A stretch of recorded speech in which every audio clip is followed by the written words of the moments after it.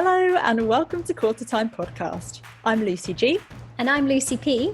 And we're here to bring you all the netball goodness you never knew you needed.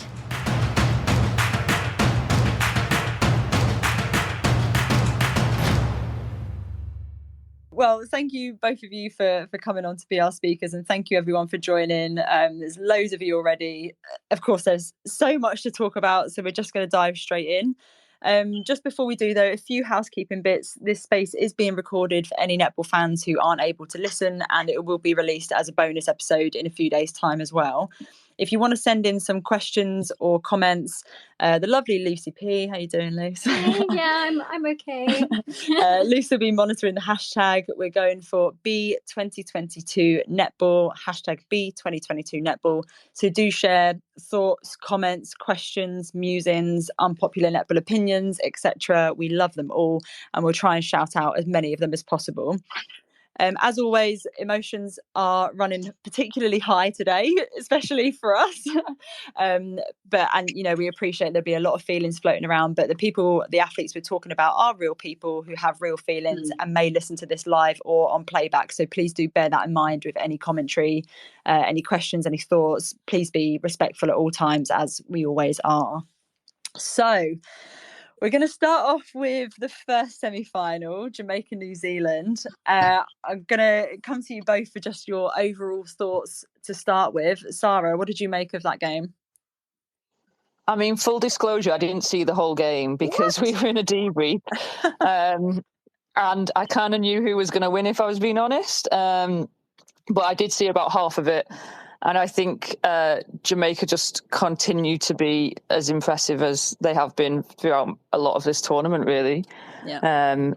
Like I said, I kind of expected them to win. But I think the manner in which they did it was super impressive today. A controlled performance, a clinical performance, and words that, people often don't associate with Jamaica. And I think that they've just been, on point for the last few days. Yeah, 100%. It's that composure that they've shown that's been the thing that stuck out to me most. What did you make of that game, Lisa? Unlike Sarah, I didn't have to do a debrief, although we do a debrief every day after our commentary. There are many similarities between commentary and high performance. You review your performance and we try and make sure we're improving the next outcome for our listeners and viewers around the world. I did watch the whole game because I really am interested in how Jamaica can play, and also obviously watching New Zealand Silver Ferns and what the master coach does, Nolene Taurua. It's always interesting. And we played some practice matches, London Pulse against New Zealand. So I've sort of got a bit of an eye on them and how they're going. And I've got a pretty good connection with Rob Wright as well. And Australian listeners may know Rob Wright, or will know Rob Wright, from New South Wales Swifts and Collingwood, and actually New South Wales Pathway, where he started his coaching career right down at the under-17 team in New South Wales. So he's worked his way up in the coaching field without having been an elite player. He did play netball, but he's someone who's quite unique and unusual in our sport. And what the partnership that he's now having with Connie Francis is quite a joy to watch in how they're working together as a coaching team. Connie's looking after the attack end, Rob's looking after the defence end, and he's already coached a number of those athletes at Collingwood. And he knows the rest of them, and they knew they needed something a little bit different, Jamaica, and certainly I think Rob provides that. So it had a bit of Rob's magic dust over it, but it's not magic, it's hard work. And it also has a lot of Connie's belief. She's actually the last Jamaican coach to have got a win against Australia as well. So many people may not know that. Jamaica's always been very competitive, especially the past 20 years. And, I know myself, I take great pride in the fact that we played them when I was coaching the Diamonds 4 times and we won 4 times. So I I kind of know a little bit how to unpick them, but I also know what they need to improve. And that's what they've been doing the whole week, actually. And this performance was, as Sarah said, clinical. So I can't see many weaknesses at the moment if they keep continuing the way they are. Yeah, I mean, I really hope for the sake of world netball, and literally netball around the globe, that Jamaica can continue this form and can take the win off of the Aussies. I just think we know what the win in 2018 did for netball in England, and I'd be absolutely over the moon if we could have the same for Jamaica.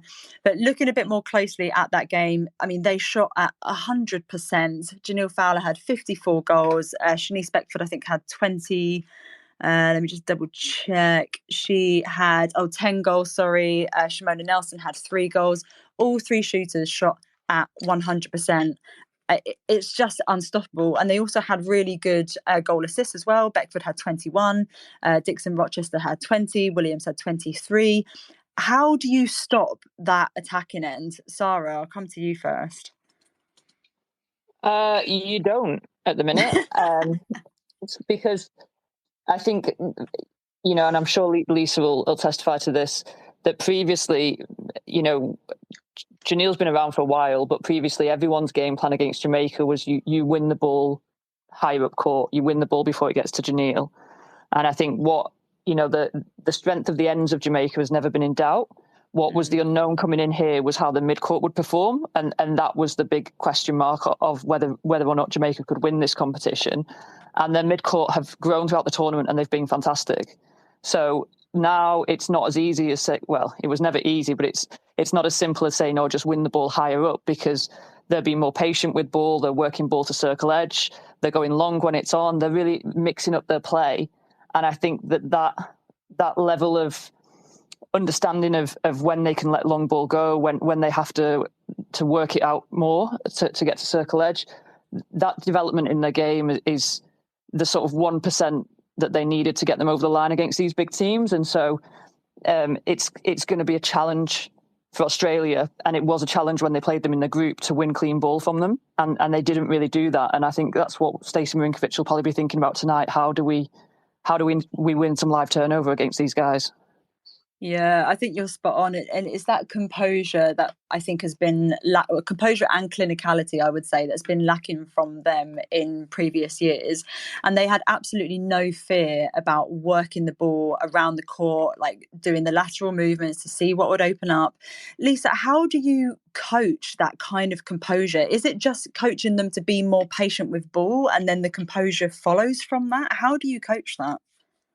Well, you talk about the results of decisions that are made, and you have to actually repeat that at training. It's like any skill and decision-making drill. It has to be presented to the athletes. They understand why they're doing something, and then they practice that. And you have to practice it over and over again, and you have to practice it sometimes with extra overloads against it. So, for example, you'd bring another defender into that end, so that the Jamaicans get really comfortable at having a small space as well as a big space to work in. And when you do that, you actually explore your attack and, work out where you have to reset back to your defenders on the line, or whether you have to go back. What I really liked today that Williams did, that is the goal defence, is she offset herself off the line. So they always had a pressure reliever reset that was not on the line, but was because both players were, both Kiwi players were up on the transverse line. So they just went behind, and and she was in the middle of the court often. So she was sort of like the point guard of basketball. And I thought it was a brilliant strategy. They also used the outside sidelines to take the ball up, so that they, didn't have to mess up, didn't have to even contend with the Kiwi zone in the middle of the court. So this is the interesting thing. How do you stop that? And, Sarah's certainly said what she said is correct. You can't do the same old, which we used to do back in the day, which was we would just put so much pressure on their attack transverse line that we would get them to turn the ball over because their ball handling wasn't good enough back in those days. It's actually improved. And so now you actually have to work out some defensive traps for them. And that means you have to sometimes go one-on-one and wear them out and really put pressure on them to catch and throw and do all of those things that they have to do under pressure, but you have to be clean and not out of play. So you mix it up and you do a bit of that where you're on Beckford and you're putting her under pressure. You're not always going back onto Janelle on a double team because that means, Beckford's just going to cut you up if you do that, like Nat Medhurst used to do when Seabass was playing post-up shooter for us. Yeah. That's how we used to play against the Kiwis. So you've got to have other strings to your bow. You've got to be able to, replay it, reset it, go again, or play real fastball. That is what Jamaica's doing so well at the moment. When they play fastball, that is 1, 2, 3 in, it is actually literally unstoppable. Yeah. And they're the breaks in momentum that some of the teams have. They get a bit tired in defence. And that is when Jamaica are just punishing teams. And they've never done that necessarily before. But now they've got a real killer instinct. They're ruthless. They're clinical. They know what they want. They know they're good enough because, Rob talked about that in his little interview he did, the belief. They actually believe they can win this gold medal. And they've already shown that they're capable of doing that with particularly a couple of quarters I've seen from them. They definitely have. So mixing up your defence is crucial and the whole team have to be part of it. It's not just the defence end. So you're going to have to run some split circles, which is, take half each for the defenders off the body, really shaking up that space in there and, not giving Janelle a body to work off is another strategy you can use. And then you have out the front, the two defenders, centre and wing defence working together as a unit to keep them off the circle edge. And I thought actually Maloney and Braz did that very well today against England, just kept them away from, the zone and actually squashed them a lot of the time too. If you can squash them into one area, a player will just then throw a ball out and you've got a trap that, that a player will come through, like a Courtney Bruce will come through and get that. So they're just got to hope for those little moments. And, look, they will do that, Australia, because I've got so much confidence in Nicole Richardson, the defensive coach, and Stacey Marinkovic as well, of course, as head coach. But Nicole will drive the defensive practices that Australia will use, but they will reverse scout each other. This is a new thing that I'm talking to coaches about at the moment is what will the opposition think you're going to do that they're going to set up certain things to counteract you. So it's really like netball chess.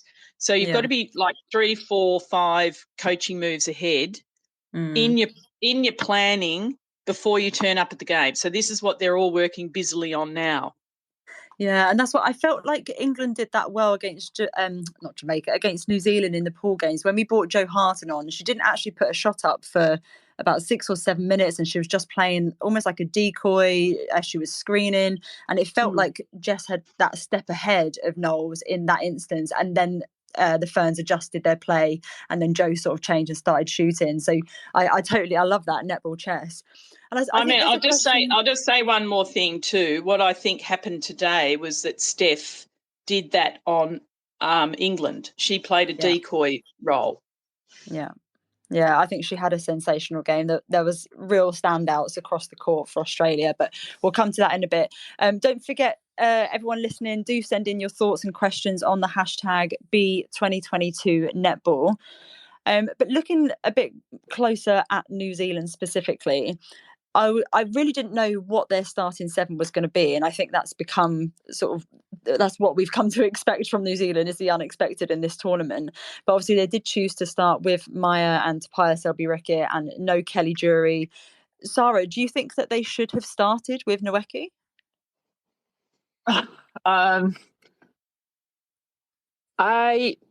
don't know, to be honest. I don't think New Zealand are a team at this tournament that have like they've obviously not had a settled starting seven.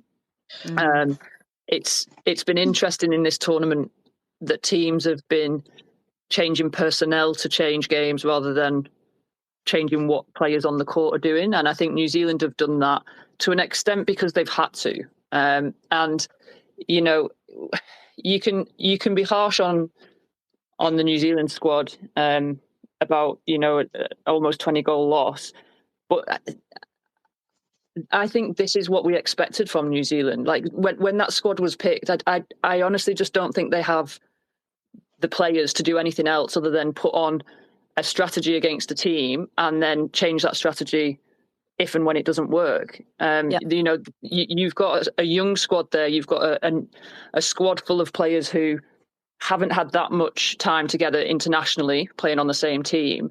And I think they're still searching for their identity as a squad. And I wouldn't even say they've been a disappointment this games. They've just been exactly what I expected from them. And they are in a bit of a transition phase.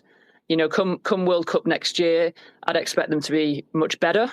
And that's quite a scary thought because they've still been highly competitive here. But I just don't think, I think this tournament came too soon for them. Yeah, I would completely agree with that. And obviously we know that they're out a number of key players from pregnancy, injury, illness or whatever. So to think that they're, you know, still putting out the quality of game that they're putting out and then they've got them to come back in, it does sort of terrify me for the World Cup slightly.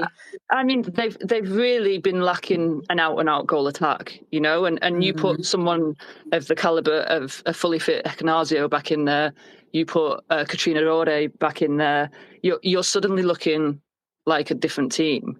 And, you know, I think, you know, Knowles gets a lot of trust as a coach and she deserves that.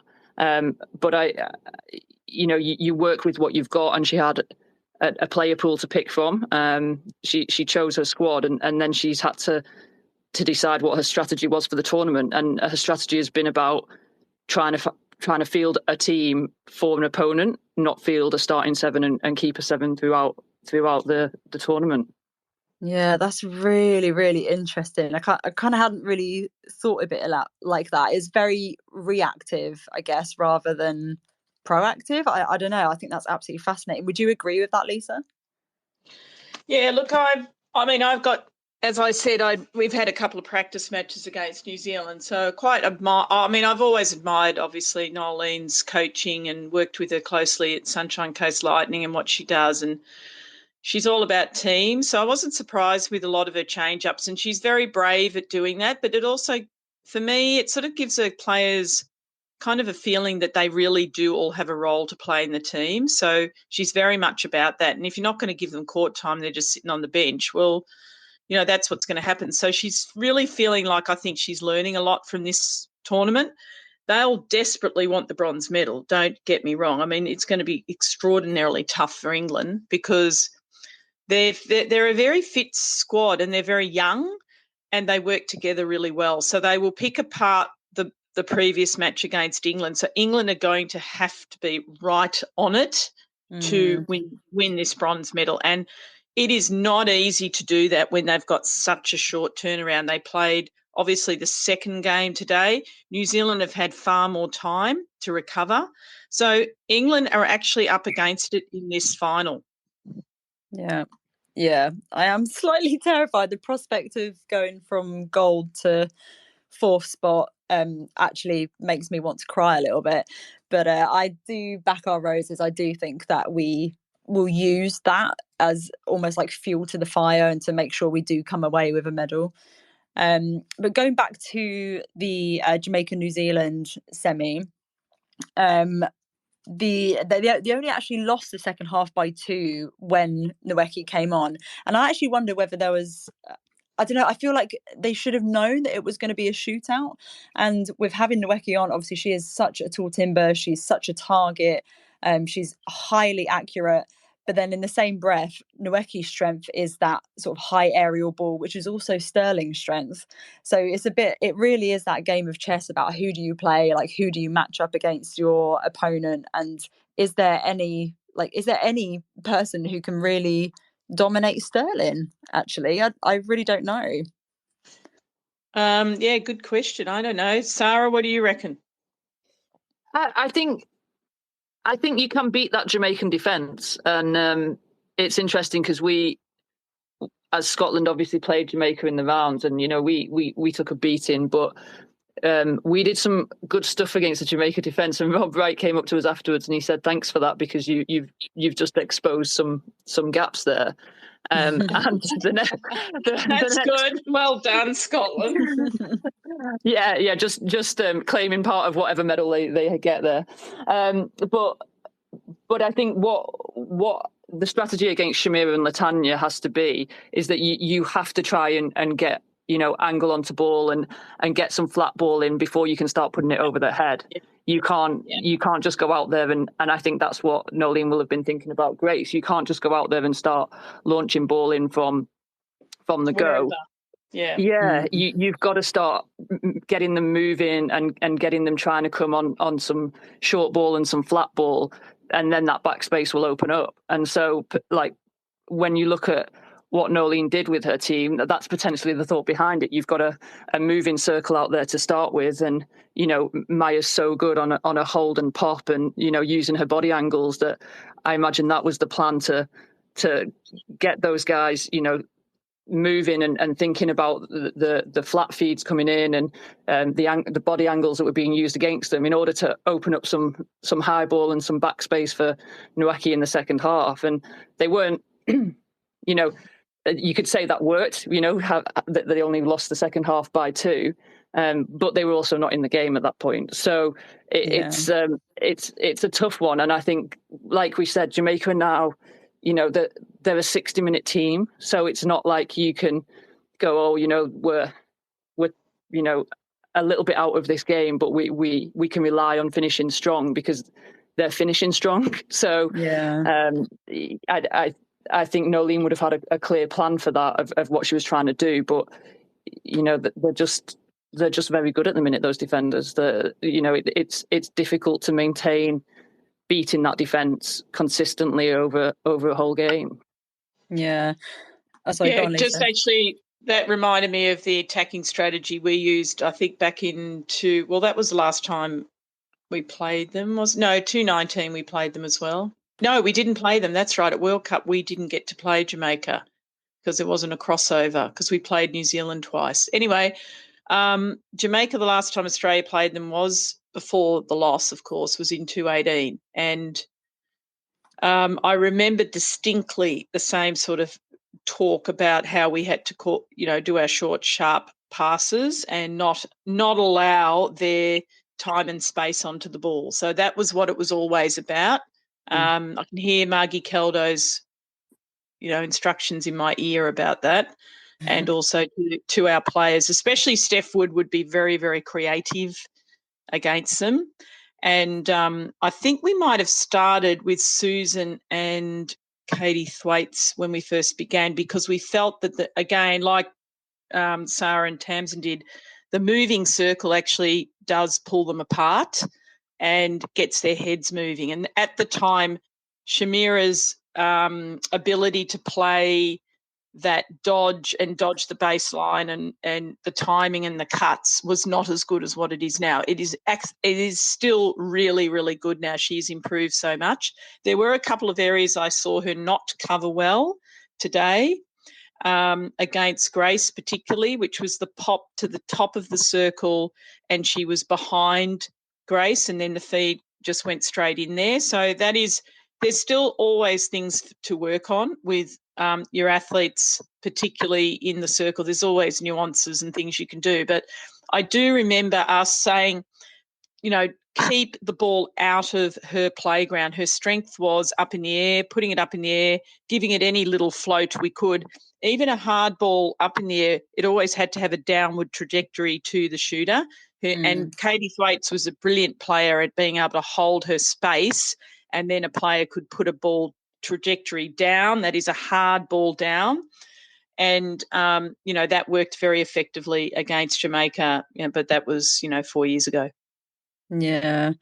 It's really fascinating. I think for me, it circles back round to the squad selection for New Zealand. I think there's a question of did they actually have too many wing attacks in the squad, which is kind of the opposite problem that England have, where we've got only one real wing attack and then too many wing defences. But do you think that, Sarah, I'll come to you. Do you reckon, and this might sound a little bit harsh, I'll try and soften the question, but do you think that Knowles prioritised selecting players based on their fitness, because we know how much of a talking point that's been, how important it is to them, rather than those players who maybe were just shy of the fitness requirement but know how to stand up in those big moments, i.e. Enoch and Asio? I think there's so many factors to this that I think, it gets oversimplified and people say, oh, Knowles didn't take someone because they're not fit enough. Well, I guess the first point is Knowles has gone down a path where she's told players fitness standards and she's stuck by them. And you can't go down that path and then start backtracking.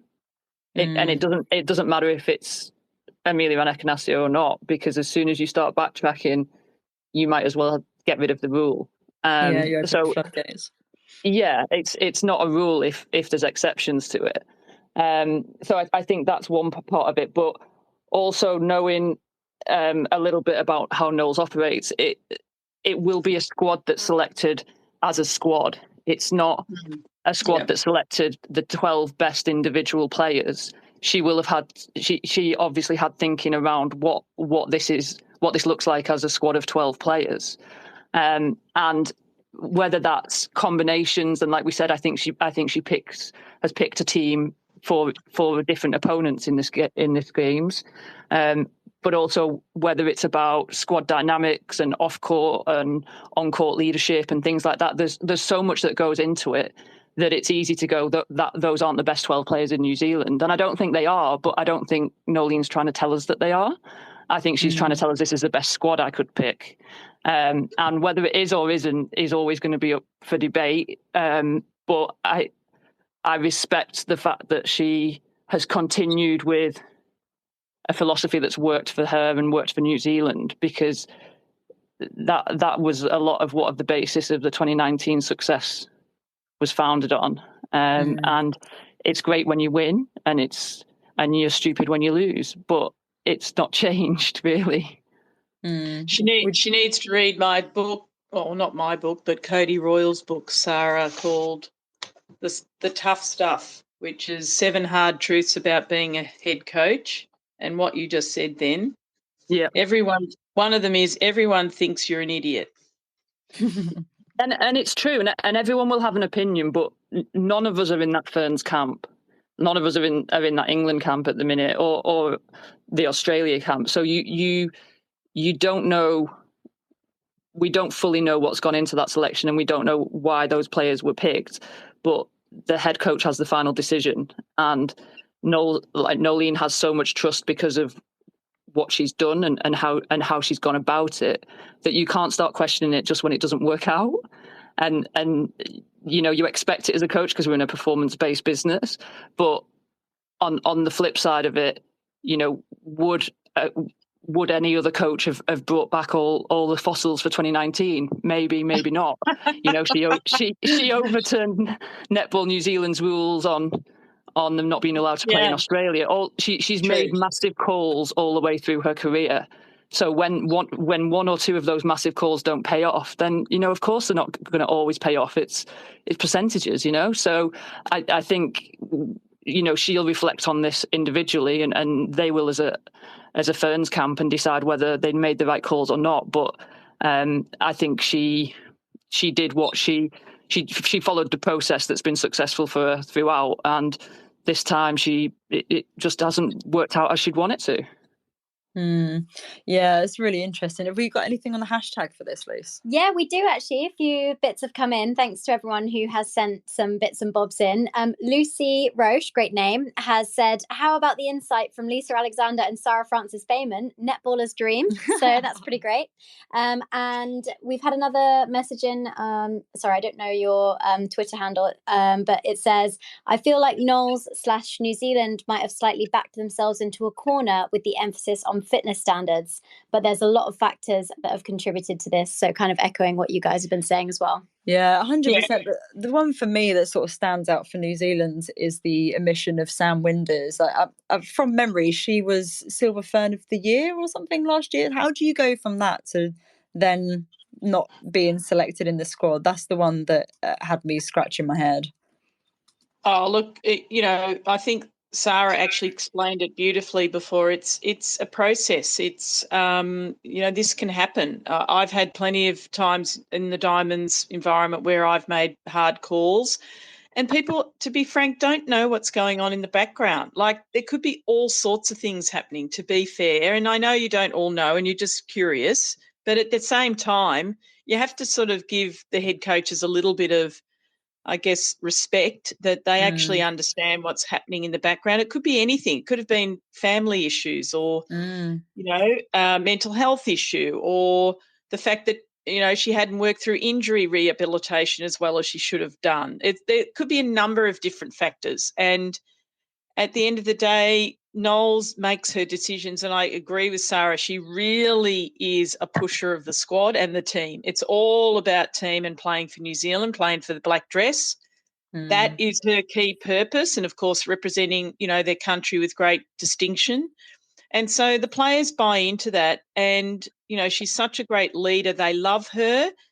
They fear her too, and that's the balance you've got to get right, particularly with the young players that get in. And I must say, I loved the way Deb Fuller and Nolene Taurua were encouraging Grace Nweke on the court, even when she stuffed up, like when she did, her elbow and she got called for a contact. Well, they stood up, and because she's competing, she's actually out there at 20, I think she's 20 years old, competing for her country. Don't forget how young she is, even though she's tall. And you look at Janelle up the other end, who's, I forget how old now, 30 something. Yeah. There's massive difference in experience there, but look how great Grace is already. It's exciting. And I think the moving circle was exactly what they needed to put out there and try and challenge Jamaica. It just didn't come off. Yeah, absolute fair one. I'm really thrilled and delighted to welcome Kat Tuiviti onto the pod. How are you doing, Kat? Yeah, I'm good, thanks. How are you guys? Yeah, good, exhausted. I've got my man voice from shouting at the game. So, yeah, please excuse that, everyone. I don't normally sound quite like this. But obviously, being a Kiwi, what are your thoughts on the Jamaica-New Zealand semi? I thought it was a huge ask, actually, for New Zealand to come out and play the Jamaican side that we see in front of us today. I think that it was, I'm not going to say we were never going to win, but it was always going to be a huge mountain to climb. And I don't know what you've covered, because I just got in the door. But I do. Don't worry, Kat. You know what I say, so just do your thing. And I caught the end of what Francis-Bayman just said. Hi, Sarah, sweetie pie. Hey. And she's right. Nolene picked a team that we all kind of screwed our faces up at. I think, unfortunately for New Zealand, it didn't work. We lost a bit of spice and creativity inside that circle that would have handled the defensive end of Jamaica a little bit better. But Knowles has a process, much like Sarah said. She has standards, and it doesn't matter who you are or how good you are or how many gold medals you have in your back pocket. She has made sure that there is a standard that you need to meet to be able to represent New Zealand. And she's made some massive calls, and she's broken some hearts. Like you said, Sam Winders. I thought Tiana Metuido would have been a nice bolter for this team as well. Yeah, she would have given spice, definitely, Kat. Definitely. Yeah, for sure. Absolutely. So it's not just Amelia and Ignacio that would have handled that like a boss, like we've seen many times before. Even even though her baby is only, 7 months, she still would have handled that really well. But like we keep saying, there is a standard and everyone has to meet it, no matter who you are. And that's where Knowles' success has come from. And unfortunately, like, we saw, we're beaten by a Jamaican team that is probably going to take home the gold. I'm really sorry. Please don't attack me. But no, I am probably here going to for win that. this gold. I'm not going to attack you, Kat. I'll just unpick you. Kat, don't worry, Kat, because everyone's either supporting Jamaica or they're Australian, and those are the two options, really. There is no in between. Nah. But I do have a question for you, Kat. Obviously, we know that New Zealand didn't medal in 2018 at the last Commonwealth Games. There's a potential that they won't medal again at this Commonwealth Games. Is there danger signs for New Zealand there with the potential of no medal for 2 consecutive Commonwealth Games in a row? Or is it kind of a case of we maybe preempted that we didn't quite have the squad to be able to get it this time, but we are in the rebuilding phase? Or what's the situation, do you reckon? No, I think it's danger signs, I think, for us to really make sure that we're making netball as competitive as possible. I think to see how the table has turned is great for world netball, and I think that's where we need to start looking, instead of going, oh no, like England, you blew it, and New Zealand, you turned up with people who shouldn't have been on the court. I think it's really just stepping back and going, man, we really didn't know who was going to be in this grand final playoff, and that's how it should be all the time. In terms of New Zealand, I think I don't think it's fair that any of us can comment on whether it is rebuilding, because everyone gets the same amount of time. You get 4 years between pinnacle events, and whoever you have at the time needs to be the best people to take the court. And we all have our opinions. It doesn't mean they matter, but we all have them. And we just are seeing some holes in what Auntie Knowles put out there on court. But these girls will be better for it, and so will the English girls. And, it's unfortunate because there are a few girls who we probably won't see again at these events for England. So that's pretty rough. But and maybe for New Zealand as well, Kat. Maybe for New Zealand as well. Yeah, maybe, but definitely not as many. So okay, Kat, jeez. Do you want me to tell you who? No, I'm just kidding. Yeah, you come in for us on that. You come in I heard they're going to Wasps. I heard they're going to Wasps. Yeah, I'm taking all of them. No, World Netball is hella exciting, and this is what we should be concentrating on, the fact that there are so many more people up to take that gold medal, and it's beautiful. Yeah, I completely agree. And you know what? Maybe this is just Jamaica's time. I think if ever they've had a squad to be able to do it, it is this squad. And so I really hope with every fibre of my being that they can do it tomorrow. But we've been going 40 minutes already now. We are going to move on to the England-Australia semi-final. I'm just going to wipe this tear away. Kat, I'm conscious you haven't had a chance to be able to watch this game. You've only just come home. So if you do want to drop off, please feel free. But you are also more than welcome to stay and just join in the chat generally, because it will be about the game, but it'll be wider questions as well. So, I mean, where to begin with this is absolutely heartbreaking. As a Roses fan, I will put my hand up and say I'm pretty devastated, but you just cannot look past how exceptional the Diamonds were today. I think we were outplayed. I think we were outcoached. There is a question around the umpiring, which we'll come back to later, but the fundamental fact is we didn't show up on the day, and there's a lot on the hashtag. Before we dig into this, what have we got, Luce? Yeah, a few bits on here. So G Kennedy has written and said Buetta, Braz and Maloney were a huge problem for England today.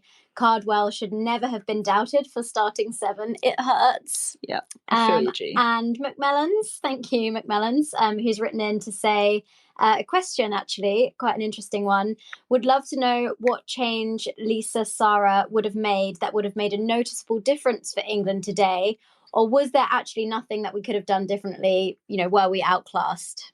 Well, there you go. We'll start off with that question. Sara, is there one thing that England could have done today that we didn't, that would have changed the game? Oh, there's a million things you can do differently. Hit me where it hurts. Well, but I mean, there is on every game, and every game you lose. I think for England, what hurt them today was being hesitant in attack. They didn't let ball go. They didn't get the ball speed up. And as soon as you do that against this Australian defence, they're going to set traps for you. They're going to they're going to build pressure on you, and they're going to get ball in the end. And I think towards the end, we saw England letting more ball go forwards. We saw them just releasing it on the first second more often, and we saw them opening Australia up, but it was too late. And I think they became free and they became loose and they became relaxed far too late in that game. You could see the tension in their attack. But saying that, I thought Australia were also hesitant in attack today. That wasn't an Australian performance that was just pinging ball around and letting it go into their shooters.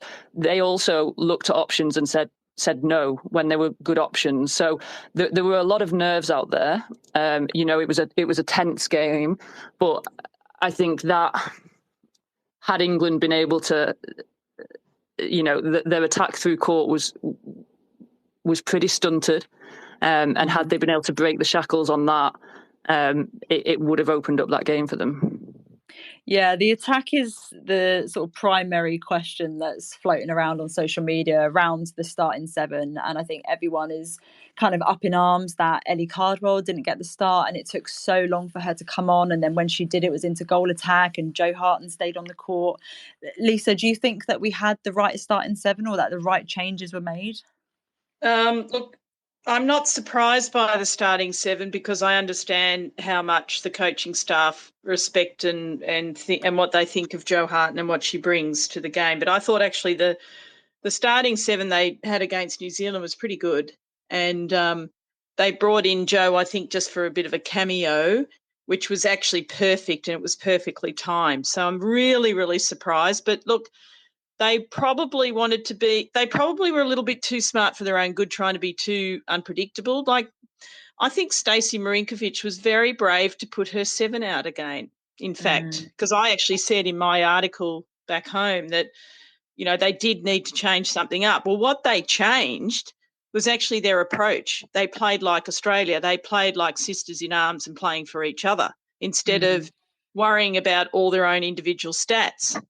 And that's the key. You've got to play as a team. And I think England I agree with Sarah, they're on the back foot from the get-go. And then Australia were having trouble with England's defence at different times, but they just couldn't get that bloody goal on the board, England. Yeah. It was frustrating. I was frustrated watching it because it was taking so long. And, Jo Harten has a certain style of game and play that just takes too long. I liked it when Jo got the ball, turned and shot. And you just get on with it and you just keep powering on your attack. When England are doing that, they are nearly unstoppable. Yeah, and I just think Ellie Cardwell's just been in such incredible form as well. Like every time she comes on, whether it's goal shoot or goal attack, she turns and shoots, she's cutting, she's driving. She is borderline unstoppable. She's really, really come into her own. And so, again, I can understand the logic of not starting her because I think there's something to be said about the experience of having Jo up against a Courtney Bruce. I get that, but I think it quite clearly wasn't working by the end of the first quarter when we were however many down. And I think the wrong change was then made at that time. But not just that change, there were so many changes for England throughout the course of the game. It kind of just felt a little bit like throwing bibs up in the air and seeing where they're going to land. Whereas, like you say, Lisa, Stacey stuck with her seven and they all played all 60 minutes. I mean, Sarah, when you have so many changes, what's it like as a player on court to have to try and adapt to the different playing styles of who's just gone off and then who's just come on and how they like to be fed and how they work the ball? What's that like to adapt to on court? I don't think it's an issue, because these guys spend time together. There'll be no combinations out there today that haven't spent a significant amount of training time together. And I understand the point about how many changes there were, and it kind of, goes back to my point that I made earlier around, I think coaches sometimes coach teams to get through things and coach teams to do things differently, which is what the point Lisa made about Stacey, you know, after the loss against Jamaica, stuck with the 7 and has kind of coached them through it versus changing personnel. But we have to remember, England did not expect to be without Serena Guthrie. England did not expect to be without Beth Cobden. Yeah. And you put those two into that mid-court and it looks very different, and you're probably not getting changes. We've not got a centre, like a 60-minute centre at the minute, and that's you just have to accept that. So there's going to be a change in there at some point because no one's running 60 minutes at centre for England at the minute. So that change has a knock-on impact on other changes. So, you know, it's easy to get caught up in the hype of, you know, we should have won and blah, blah, blah, and the expectation. But we're not in too dissimilar a position to New Zealand where you're missing big players that you expected to have. Yeah. It's not that we've been missing Beth Cobden and Serena Guthrie and they did an ACL 6 months ago, and we knew they were never going to be here. Beth Cobden was a last-minute withdrawal with injury. Serena had an unexpected pregnancy from an England perspective. So that's a huge, huge difference to that team. It's massive. That is massive. What Sarah's saying is correct. Like, you forget, because we're all into the tournament, but, you know, Beth Cobden being out as well, a world-class player, you know, that really hurt. But, you know, obviously Imogen Allison's come in. She's done a great job. But it's not the same as having someone with that level of experience. Yeah, I think you're absolutely right, and I do think Imogen Allison did a brilliant job today, and particularly in the previous match. I mean, we've all seen that intercept. I mean, my goodness, I watched that about 6 times on repeat when I woke up this morning. But I think it's really interesting you mentioned Serena there, Sarah. Obviously, she is a massive loss for us. She is one of those ball winners, and I'd say she's like one of our spark players. She has the ability to really change the game, just, you know, the flip of a coin. And I don't know if we really have anyone like that in the squad at the moment. And I suppose that brings me round to the question of, should Fumi Fodoju have been chosen? Because when you look at, I understand the argument around she's really young, you know, is she physically, mentally ready? But if you look at how many minutes Ebony Osura-Brown has played throughout the course of the tournament, it's not actually that many minutes. And I think that Fumi would have been right up to the job for that. And she is one of those spark players. Do you think that she should have been in the 12, Sarah? I mean, firstly, I think we have lots of spark players, but I don't think you've necessarily seen them spark this tournament. Helen Housby, I think, has been in and out of various games. She's been fantastic, and then she's been pretty average in some games. Layla Gusketh, I think, for her lofty standards, has been relatively quiet. Yeah. You know, like Jo Harton, again, a quietish tournament. So I think we do have those kind of players. I just don't think we've necessarily seen the best of them at this tournament for whatever reason. And when it comes to Fumi, I think it's similar to the New Zealand selection. You know, that selection was made for whatever reason, and I don't know the reasons behind it. I think we can sit and say, having lost that game, we could have done with Fumi to go and win some ball.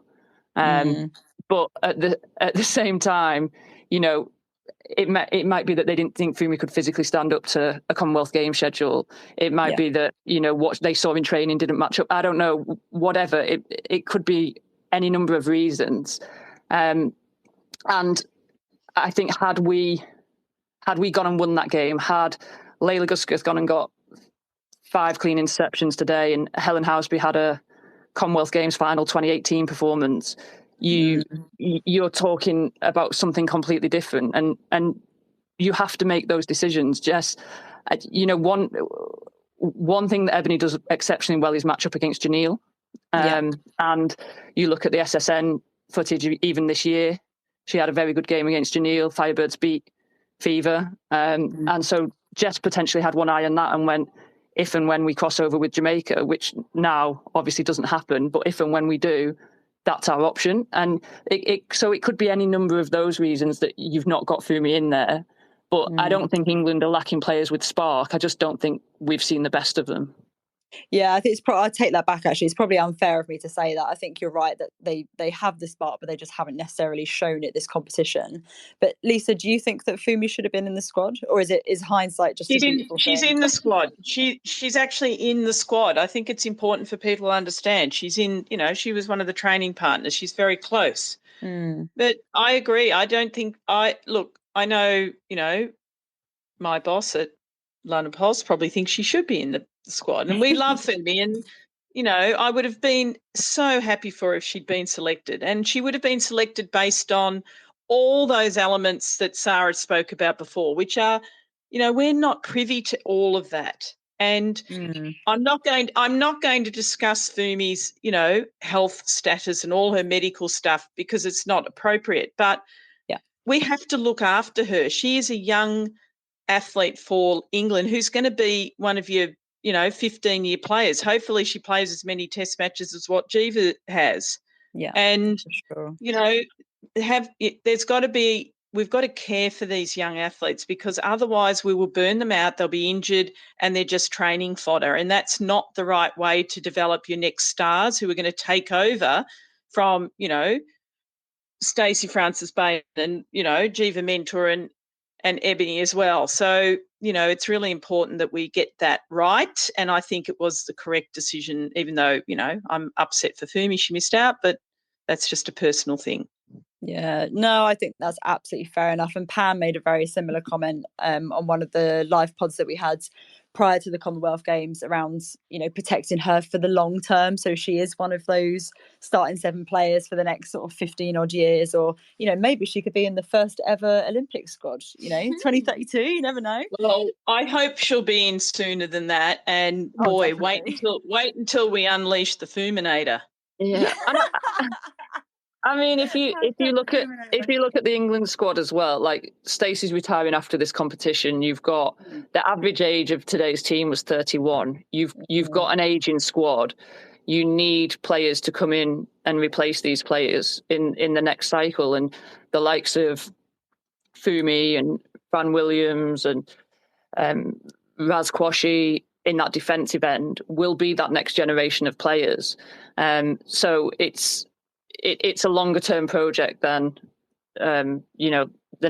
right now or the next 6 months. It's who can win this in Melbourne 2026 and who can take us through the next 4 to 8 years. Yeah, 100%. Whilst we're discussing that, I know my assistant coach for Fiona Murtagh, legend of England netball, of course, Centurion. I mean, she'd want Fumi in the team, but she's speaking as one of the legends of English netball, because she just wants you guys and wants England to win. So, but that's why you have a head coach and a performance director and everything else, and all the information and data that's gathered about athletes has to be listened to. That's part of what our job is as head coaches. Yeah, for sure. And we do have so much exciting talent coming up, the likes of Alice Harvey as well, who we haven't mentioned. And I do think that the World Cup squad next year will be probably quite different, I would have thought, to the squad that we've taken to the Commonwealth Games this year. But while we're on sort of squad and selection questions, I think if we go back to today's game, the two positions on court in particular that were really exposed, I would say, were wing attack and goalkeeper. I think Ash Braz did an absolute number on Nat Metcalf, and we know how exceptional Nat can be. And I think Jiva, unfortunately, just had no answers for Gretel Boetta. And I think those two positions were probably maybe like I don't know what the word is, not the weakest, but we lacked the most depth in those positions. We've got 3 centre wing defences with us and only 1 sort of wing attack, goal attack. Do you think that the sort of gap in that wing attack position in particular is a concern, Sarah? The wing attack one's tough because Jess has obviously taken a calculated risk with her squad selection of taking 1 out-and-out wing attack and really 2 players in Sophie Drakeford-Lewis and Laura Malcolm who can cover it, but wouldn't be it wouldn't be their first choice position, and that was always going to be a risk. I thought Ash Braz played well, but I actually thought Nat did okay. Like I didn't think Nat had a bad game. I thought she was kept quiet by Ash Braz. Now that's not to say that had you could have changed it and you could have put Laura Malcolm in there, or you could have put Sophie Drakeford-Lewis in there. But Ash Brazel will keep doing what Ash Brazel does. Yeah. So, at some point it's about, working out a strategy that, either helps Nat to get in some space, or almost bypasses her and gets goal attack on the ball more, and you start bringing your shooter out and you start playing that way, in order to stop Ash Brazel impacting the game. So yeah, I mean the wing attack thing will be debated endlessly for years to come about should another out and out wing attack been taken. Could Nat have been taken as a crossover wing attack, goal attack? All these things could have happened, but that's what you get when you get competition for places. You get tough decisions will be made. And had Jess turned around and gone, right, we're taking Nat and Hannah Joseph, then everyone would be like, well, we can't just go with 3 shooters. That like it's never ending. You can debate it all you want. Like, is it the squad I would have picked? No, but can I understand why Jess did it? Like, absolutely. I can understand the reasoning. I can understand what she was thinking. But, that this was always the danger that, you might not have as many changes on your bench as you want. So you know what I'm going to ask you now? What's the squad of 12 that you would have taken? Well, I think firstly the big curveball was Serena and then Beth.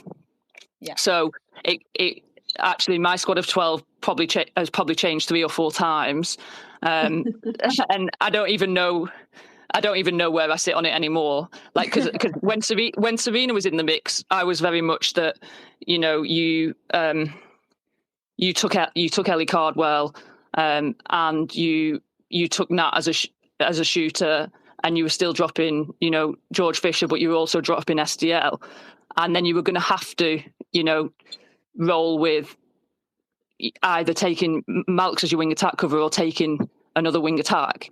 But then, you lose Serena and they had to take more cover for centre. So the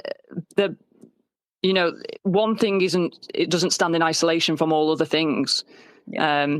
And losing Serena and then Beth has just meant that, they've had to cover areas that they didn't think they'd have to cover 6-12 months ago. Yeah. And I think with that wing attack position, we know in the sort of 12 to 18 months in the lead up to the games that we've seen a lot of development of Laura Malcolm in wing attack, but we've not really seen her there many minutes. I'm pretty sure she did 1 game, I have to double check, but we've not really seen her in that wing attack position at all. Do you think that, Alisa, I'll come to you for this one, do you think that Laura Malcolm is a sort of strong wing attack option moving forward and she's likely to get used in that position, or should we be sort of focusing on developing maybe a slightly younger player to be the sort of next Nat Metcalfe?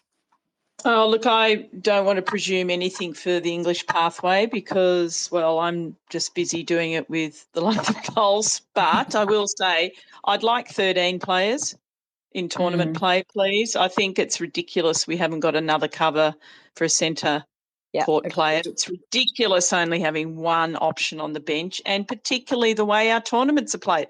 Can I tell you, I've had so many people who are not netball people, who are doctors or, sports scientists, etc. They say, what the hell are you playing every day for? And, I say, well, that's just the way it is. But that just goes to show that just that lack of understanding of the fitness requirements of netball today. And Sarah is exactly correct. The centre position is massive, the running that's required. And so Laura would be just getting her head around playing centre is enough, really, for her as her development as a first time in to a benchmark event. Do you really want to overload her with all of that as well? Like, come on.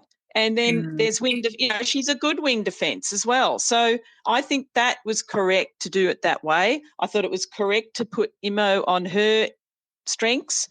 And, it was going to be SDL that was going to be a backup wing attack. Now, that's just the way it is. It left you with not what you would call a homegrown, that's a first position wing attack. And that's been the dilemma for the Australian team as well. You'll notice they've got 2 centre wing defences without Paige, and they've had to cover Paige. And, of course, they're very fortunate Liz Watson's been able to play a lot of minutes, and she's been terrific. But, if an injury happened to her, then you'd be saying, well, who are you going to play at wing attack? It's the same conundrum for every country around this, particularly with the top 4 who have to then, fight it out tooth and nail in the crossover finals, etc., and get themselves into medal contention. That's a really good point, actually, Lisa, because, Paige was obviously taken, like, she can cover all 3 centre court positions, which is kind of what Laura Malks has been in the last few years. And now Paige is injured. Actually, if Liz Watson has a game tomorrow, say, where, Jodie Ann Ward gets on top of her and takes her out of the game, Australia are in exactly the same position. Yeah, that's right. That's right. So it's a flaw of the fact, that you take 12 and of your 4 midcourt, 3 will be playing at any one time. So, difficult decisions have to be made, and you're always going to run short somewhere. Yeah. It's like making sure you've got cover at your picnic for if it's going to rain. You take all your stuff. You're going to take your tent in case it rains. Like, you've just got to make those decisions all the time, and it's not easy. I've advised, I can tell you now, one of my younger Pulse centre courts to learn all 3 positions, because I think it's vital now for. If it's not going to change to 13, then wow, are you going to be selectable if you can play all 3? Well, and it's the same at the moment. It's 10 players at Super Netball. Well, if you can play all 3, you are gold to your coach, because you've got that flexibility to change. That'd mean I could get a game these days because I could play all 3. Yes, Lisa.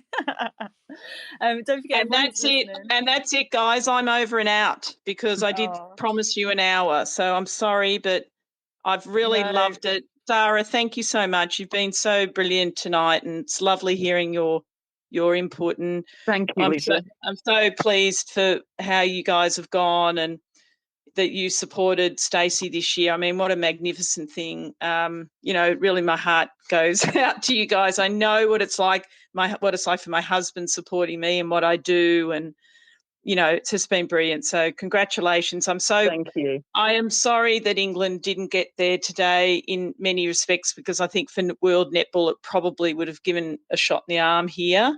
But I think, everything's improving, and, you can't, as I said to some of the players as they came off the court, and I know Jiva, I've known her for such a long time, and I just said, you'll be fine. Just get back onto it, get back onto your recovery, just get the job done. You can win this bronze medal, but you guys have to concentrate. Don't throw, I think I said it in the paper about the diamonds, don't throw the toys out of the cot. Harden up, get down, focus, do the work, and win a bronze. I bloody hope they can. That's all I can say. But thank you, Lisa. You did promise us an hour. You're an absolute angel. Thank you for coming on. Thank you. Sara, and thank you to all the listeners and all the people who've come up to me. I've really enjoyed it, and my commentary as well. Bye-bye. Yeah, see you tomorrow, Lise. Sara, are you happy to stay for a bit longer, or do you need to shoot as well? No, I've got another 10 or 15 minutes. Oh, you absolute legend. Thank you. So anyone who's listening, don't forget, send in your questions, comments, thoughts on the hashtag #B2022netball. We've spoken quite a lot about England, but I want to talk a little bit more about Australia. Genuinely, there was not a single person on the court who did not do their job today. When they're showing no wink links, how on earth do you stop your opposition from going on this massive run and just absolutely dominating you when every single person is standing up? It's tough. I was impressed with Australia today, because like you say, I thought everyone did their job. But I wasn't blown away by them, if I'm being honest. I've seen them be more clinical with ball. I've seen them be more ruthless. You expect them when they're winning a game to really kind of step on your throat, and they never did that. For me, from halftime onwards, they were kind of protecting a lead rather than trying to push on. And so they'll be happy, obviously to have won that game and to get to the final. But I think there's more to come from them. And I think, they're obviously beatable at the minute. And I think they know that as well as anyone else, which would explain some of their nervousness on the ball to begin with and their hesitancy. If you want to beat Australia, you've got to work out how you shut down Gretel Boetta. Is the key at the minute. And you can either, not many people can do it one-on-one, but you can try, or you've got to take other people out of the game to stop the pipeline of distribution to her.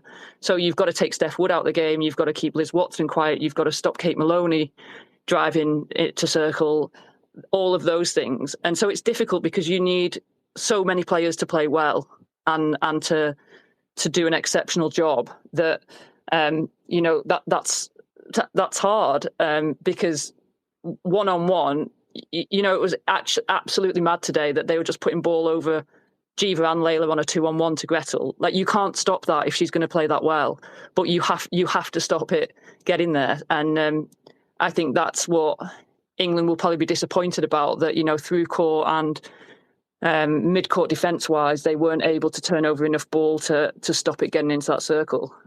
Yeah, and I think the ball that we did turn over, we didn't treasure that possession. There was someone on Twitter earlier, apologies, I can't remember exactly who it was, but they tweeted a calculation that they did in the first half, I think, or the first 20 minutes. We won about 5 balls and we only took one of those to goal. We just weren't able to treasure that possession. And I think I don't know, I'd have to double check the stats, but it felt as a spectator like we really struggled to win the ball. So every time that we did, it was so precious and we just weren't able to capitalise on it. But what do you think that our defence end should have done that we potentially didn't do? In practical terms, on court, if you were coaching them, what would you have said to them to do? I think what they were trying to do was the right thing. I think they were trying to keep Australia off circle edge. If you can get Gretel exiting that circle and then keep her relatively high outside that circle, then that's a win. What happened is if someone released on the outside, Gretel was just doing a give and go, and she was basically under the post. And today it was a little bit like there was always someone for them to release to. And it was a different person each time, but it's just like a split second of someone switching off or someone getting a cut on them or something like that. And they were slipping by us. And I think that's frustrating because I don't think it's necessarily, there's not one person to blame. There's not, one tactical element to blame, but it was, each time it happened, they gain confidence, and then they, like we were saying towards the end, they look much more confident than they did in the beginning, and they're throwing ball over a double mark and things like that, and it gets more and more difficult because you're not building pressure. And we talk about it all the time. You've got to build pressure. You've got to consistently over the course of the game put them under so much pressure that towards the end they can't handle it, and we just weren't able to do that consistently. Yeah, for sure. And I mean, the prospect of you saying that you thought the Diamonds were good, but actually they could have been better, that is absolutely terrifying. And I think that sets us up beautifully for tomorrow's final. So we're gonna move on to that now. So Jamaica versus Australia. What are the key matchups that you're looking forward to, Sarah? I am excited about Jodie-Ann Ward versus Liz Watson because for me, Jodie-Ann Ward's probably been the player of the tournament. I think she's been so good for Jamaica.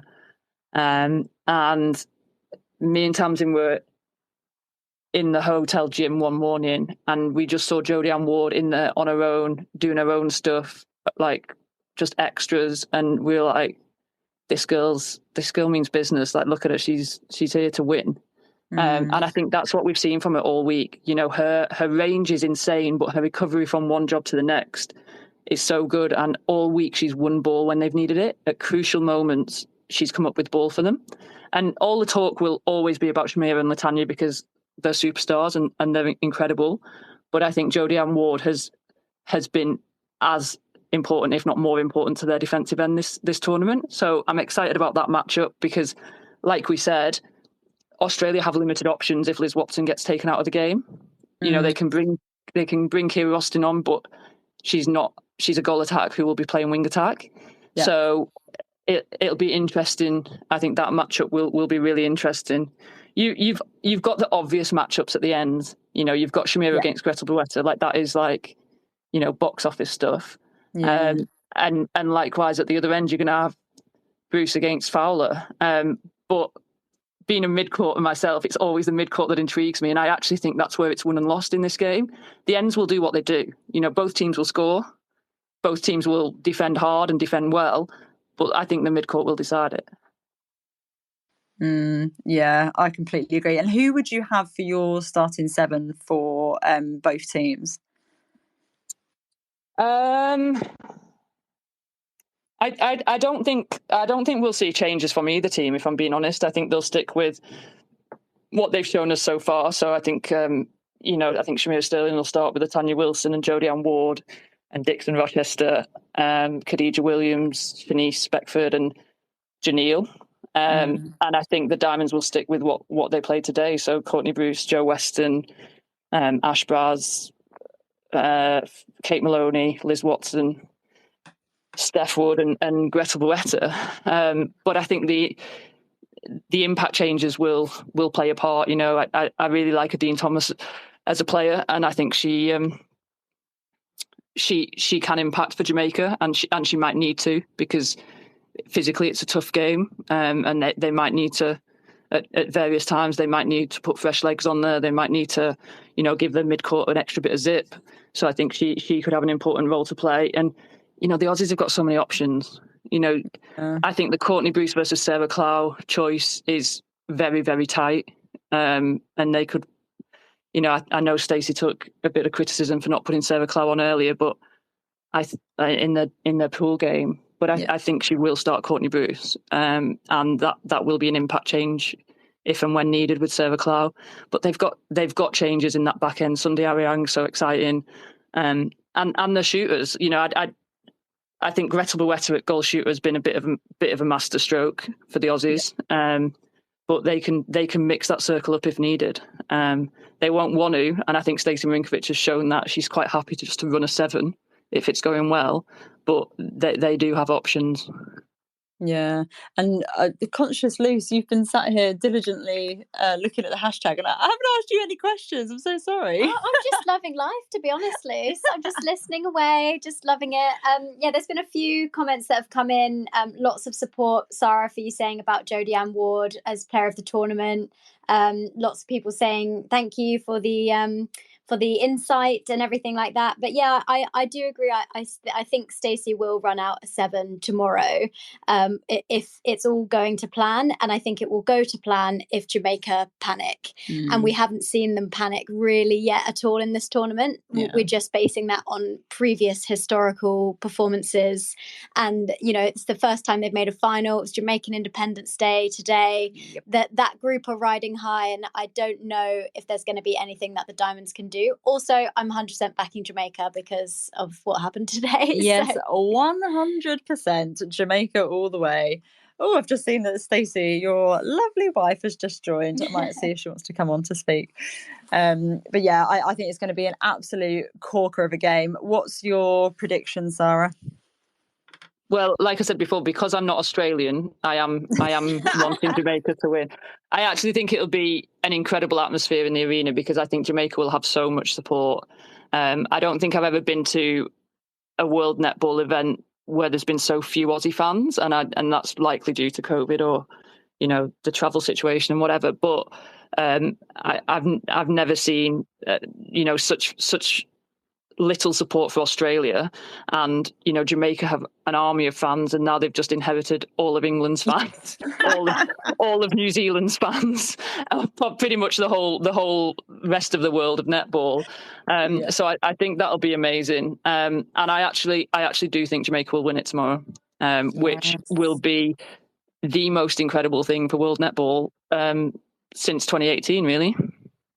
Yeah, 100%. And actually, after the match today, we saw Janelle Fowler chatting to the Jamaican Minister of Sport. So hopefully lots of great conversations happening there and lots of support coming their way, regardless of whether they win or not, because they've still made history. And obviously, of course, we've got the bronze medal match as well, England versus New Zealand. Who are you calling? Who's going to take that? Please say England. Yeah, England will win that as long as they play well. So New Zealand are a good team. So if you don't play well, New Zealand will win. But if England play well, they are a better team. And that's as simple as it is, but it is never simple in finals netball. So the nerves and the expectation and the disappointment of today.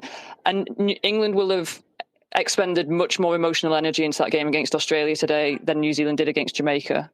And that's with no disrespect to New Zealand, but they kind of had a free shot at Jamaica with much less expectation on them winning than England did in that Australia game, and to kind of get back on an even keel after the emotions of today will be difficult for England, but I think they'll be up for it, and I think they'll win.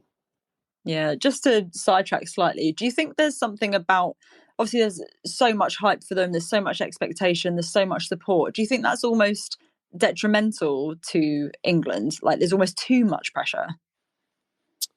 I don't think it's detrimental. I mean, the support has been insane. I think sometimes people are unrealistic. And that's not to say, England had a great chance of winning this tournament. But I don't think I don't think they came in as favourites with the loss of Serena and Jade and key personnel like that. And so it's gutting because, we like I say, we've got a good enough team to win it. But I think sometimes the expectations don't quite, if you looked at it in the cold light of day, they weren't the favourites. So, yeah, it's heavy is the head that wears the crown and all of that. But, you work, like people say, pressure is a privilege, and you work to be in that situation. To be at home games as defending champions is the best thing that will ever happen to people. So you've got to enjoy that moment. And the crowd today, the crowd on Thursday night, you don't live through times like that as a netballer. So you can't complain about it. Like, bring this on time and time again. Bring this on for Super League. Bring this on for the internationals. Like, I don't mind the expectations being really high because it means people care. And that's what you've always got to, as a player and a coach, you'll feel the pressure, but you've always just got to remember, like, there was a time when no one cared. So this is way better. Yeah. Oh man, you've just given me goosebumps saying that. I honestly, bring it on for all our internationals, for all of our Super League. Everyone who's come today, if you're sort of on the fringes of being a netball fan, like absolutely come to Super League next season. And today's like one of the first times I've looked out in an England crowd and it's all been red and white.